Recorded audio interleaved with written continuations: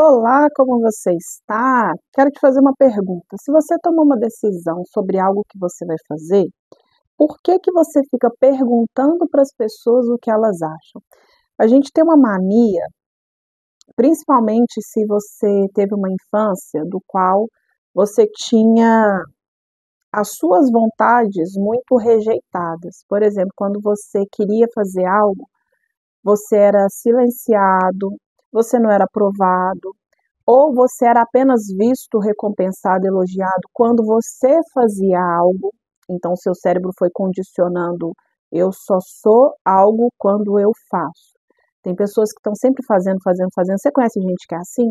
A pessoa não para um minuto, porque o valor dela não está em quem ela é, e sim naquilo que ela faz. Tem pessoas que têm o valor delas naquilo que elas têm.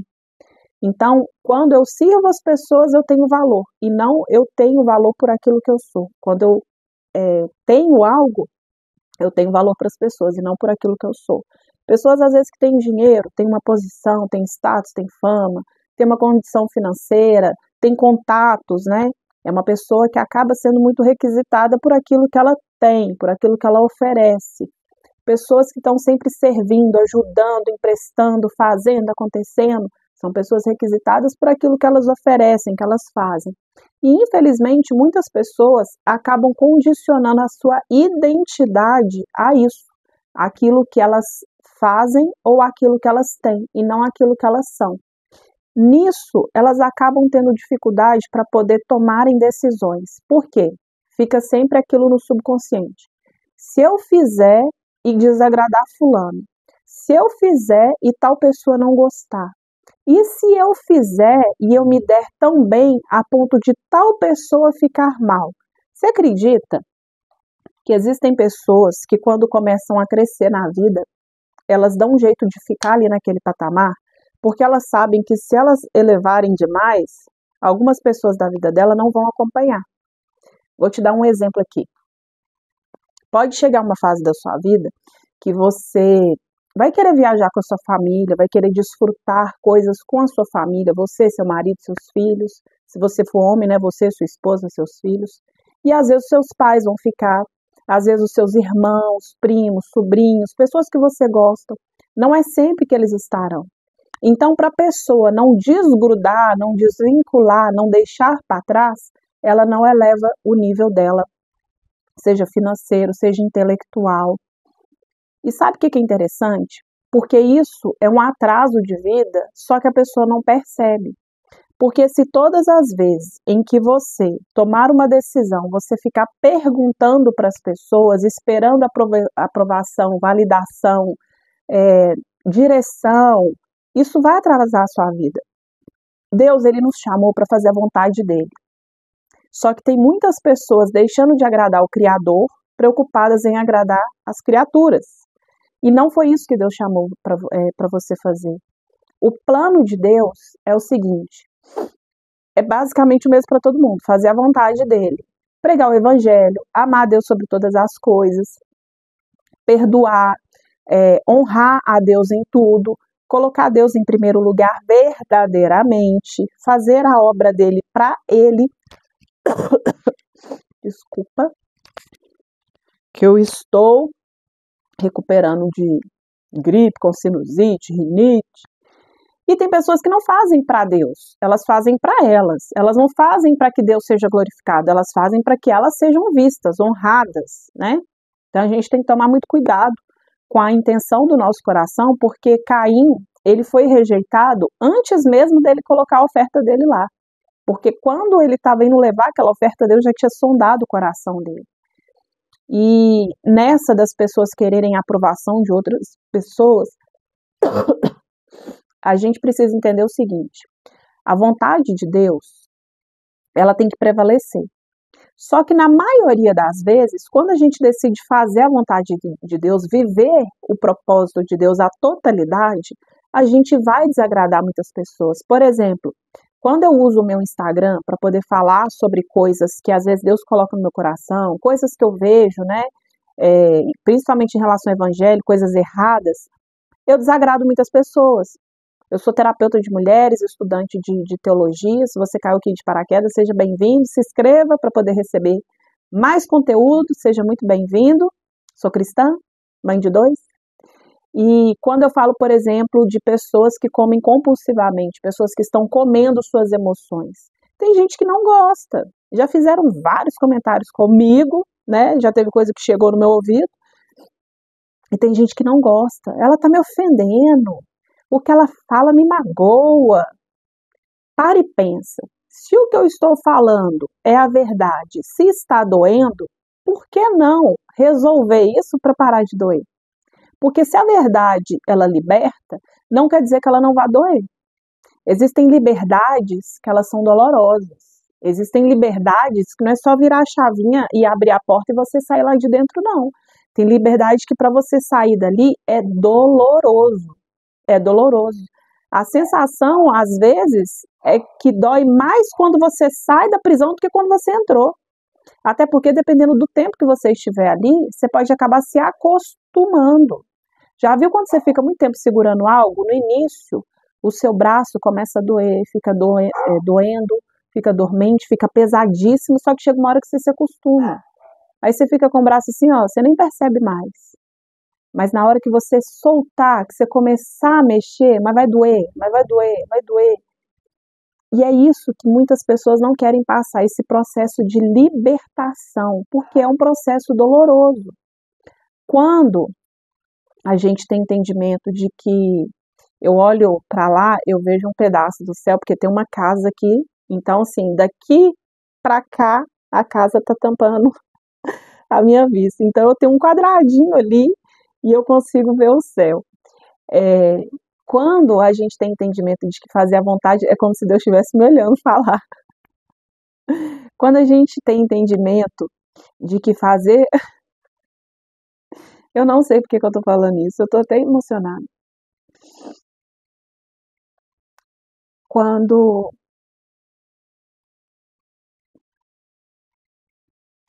a gente tem entendimento de que a gente precisa fazer a vontade de Deus, muitas das vezes a gente vai desagradar pessoas. E principalmente quando a gente desagrada pessoas que a gente ama, ou pessoas que talvez a gente não tenha aquele amor, mas a gente não queria desagradar. Às vezes é muito ruim quando a gente começa realmente a fazer e falar coisas que Deus quer que a gente faça, e a gente começa a ver as pessoas virando as costas, falando mal. É muito bom você saber que você está incomodando o inferno, que a partir do momento que você não incomoda o inferno é porque você faz parte dele. Eu estou sentindo uma presença aqui inexplicável, sobrenatural. Parece que meu quarto tá iluminado porque o sol tá ali atrás e tá batendo nessa partezinha aqui. E é muito melhor você desagradar o inferno do que desagradar a Deus. E quando vem essa sensação, sabe, de que eu estou incomodando tanto o inferno, que ele está desesperado usando pessoas à minha volta para me afetar, para me atingir. Eu comecei a condicionar o meu cérebro a isso, sabe? Dependendo da pessoa, quando ela começa a falar algo, e é uma pessoa que eu não vou cortar um vínculo, por exemplo, minha mãe, eu tô falando que minha mãe faz isso não, tô dando um exemplo. Por exemplo, minha mãe começou a fazer algo, eu não vou cortar o vínculo com ela. Então eu penso assim, nossa, o inimigo tá tão furioso que tá usando. É só um exemplo, tá, gente? Deus tá aqui de prova que o inimigo não tá usando. A minha mãe é bênção na minha vida, inclusive, é uma das pouquíssimas pessoas que me apoia muito, participa das coisas que eu faço, assiste meus vídeos, compartilha. Eu, inclusive, vou deixar aqui para você vir fazer parte, você que é mulher, venha fazer parte do meu grupo no WhatsApp, é um grupo gratuito, ele se chama Levante-se Débora. Lá é para mulheres se levantarem e levantarem outras mulheres, o intuito é esse. Então lá dentro, hoje é dia 9 de julho, e a gente vai começar na próxima segunda-feira propósitos devocionais, jejum, oração, encontros online a gente vai ter. Então, ao longo dessa semana, né, a mulherada está entrando, e aí na segunda-feira a gente vai fazer um devocional de 5 dias sobre perdão, algo que vai ser profundo. Inclusive, se você der uma procurada aqui no YouTube, eu tenho um vídeo aqui que chama Identidade e Perdão. É profundíssimo, não deixe de ver. Ah, Natália, é muito tempo, coloca aí para acelerar. eu tenho certeza que vai ser transformador. É sobre identidade e sobre perdão. Você vai ver o quanto que vai trazer clareza para você. E aí, entre nesse grupo, convide outras mulheres para participarem, porque é o intuito de nos levantarmos como um exército de Deus, para a gente desfalcar o inferno e povoar o céu. Lá dentro eu vou falar também sobre casamento, sobre maternidade, os filhos, sobre o mundo das emoções, rotina de casa. Eu cuido muito da minha casa, eu falo muito, dou muitas dicas, né? Falo bastante coisa sobre casa, casamento, rotinas, enfim. Vai ser bênção e muita coisa que vai acontecer lá dentro do grupo não vai ser compartilhado no Instagram nem no YouTube. Então venha fazer parte, o link vai ficar aqui na descrição, tá? E aí voltando, desagradar a Deus é terrível. Quando você fica fora do propósito, você pode ter certeza que isso não vai te trazer paz. Você vai ficar incomodada, você vai ficar inquieta, você vai atrasar. Às vezes, coisas na nossa vida já eram para ter acontecido e elas ainda não aconteceram porque a gente não se posicionaram. E isso que eu estou falando aqui não é só para você, isso é para mim também. Porque tem coisas que Deus já mandou fazer e eu estou enrolando para fazer. Tem coisas que a gente precisa pegar e agir. Tem coisas que a gente precisa entender que já estão prontas. Nós é que precisamos estar preparados para receber aquilo que já está pronto. O povo era para ter ficado 40 dias no deserto, o povo de Israel saiu do Egito, 40 dias no deserto, terra prometida. Só que o que eles fizeram? Saíram do Egito, 40 anos no deserto, e aquela geração que saiu não entrou, só Josué e Caleb. Você já parou para pensar que Deus já pode ter preparado tudo aquilo que Ele tem para você, e você não vai entrar naquilo que Ele preparou, porque você não se permite ser mudada, transformada, renovada, sacudida? É muito sério isso. Porque tem pessoas que estão vivendo no deserto e morrendo no deserto. Deserto é literalmente uma fase para você ter a sua mente transformada, renovada, para você passar a ter um novo comportamento. Mentalidade de escravo não combina com mentalidade de alguém que vai para a terra prometida. Então esse meio tempo aqui, ó, era para a mente ser transformada.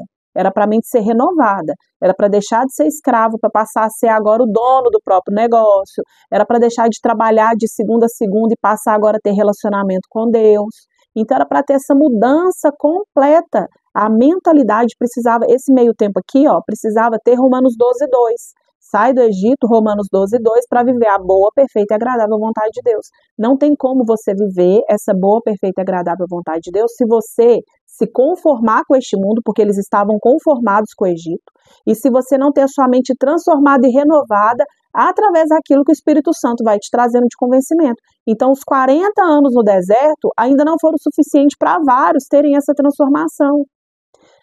A pessoa que está no deserto, ela tem que entender o seguinte: existem milagres incríveis. A água sai da rocha, tem coluna de fogo, tem nuvem, tem maná.